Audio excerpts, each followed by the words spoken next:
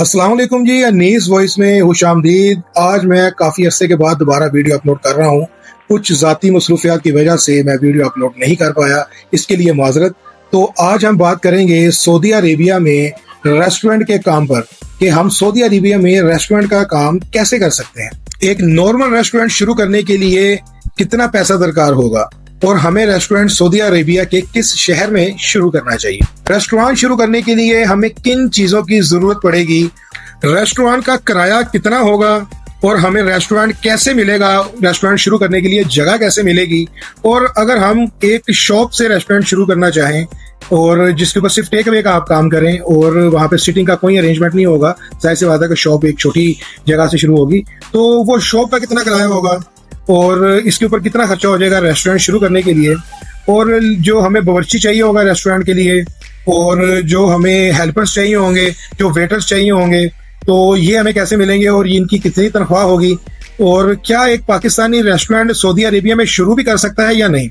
तो आज हम इन सब पॉइंट्स पर एक एक करके बात करेंगे, तो वीडियो को आप लास्ट तक लाजमी देखिएगा।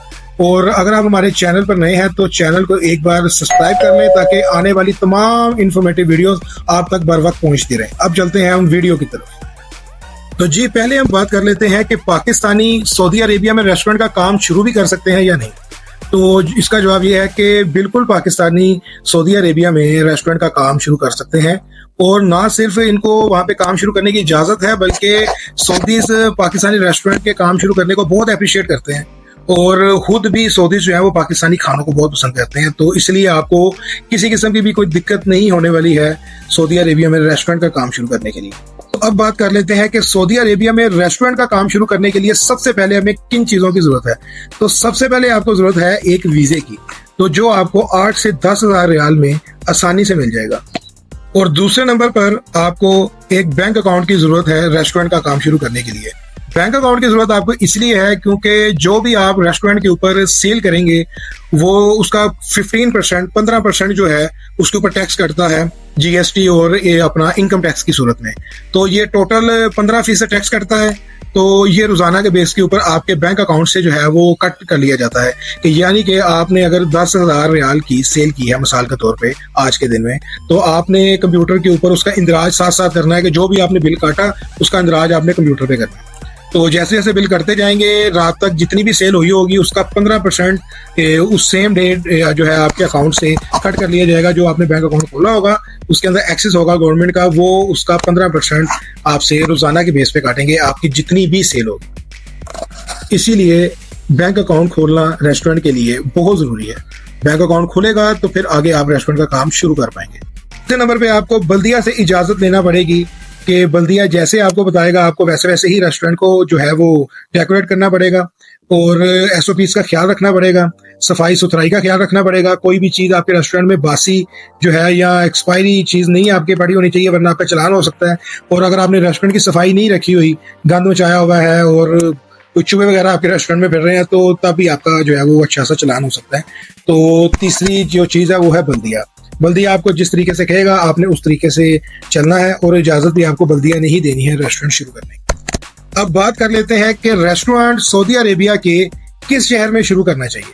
जैसे कि रियाज, जद्दा, ताइफ, मक्का, मदीना, ये सऊदी अरब के बड़े शहर हैं। तो इन शहरों में रेस्टोरेंट का काम आसानी से शुरू किया जा सकता है, लेकिन मेरा मशवरा है कि आप रेस्टोरेंट का काम मक्का या मदीना में शुरू करें। जैसे कि आप जानते हैं कि हजारों लाखों की तादाद में हजाज इकराम सऊदी अरब का हर साल दौरा करते हैं और ये तादाद हर गुजरते साल के साथ बढ़ती जा रही है। अब बात कर लेते हैं कि रेस्टोरेंट मक्का मदीना में किस लोकेशन पे शुरू करना चाहिए।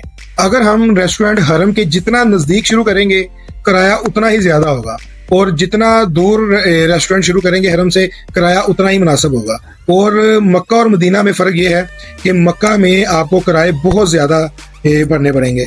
यानी कि मिसाल के तौर पे अगर आपको 20,000 रियाल में अगर कोई आपको मक्का में शॉप रेंट पे मिल रही है रेस्टोरेंट का काम करने के लिए, तो वही शॉप आपको मदीने में तकरीबन 10,000 रियाल में मिल जाती है। तो ये आपने जहन में रखना है कि मक्का और मदीना में डिफरेंस मेन जो है वो है किरायों का। मक्का में किराए बहुत ज़्यादा है और कफील भी जो है वो थोड़े तंग करते हैं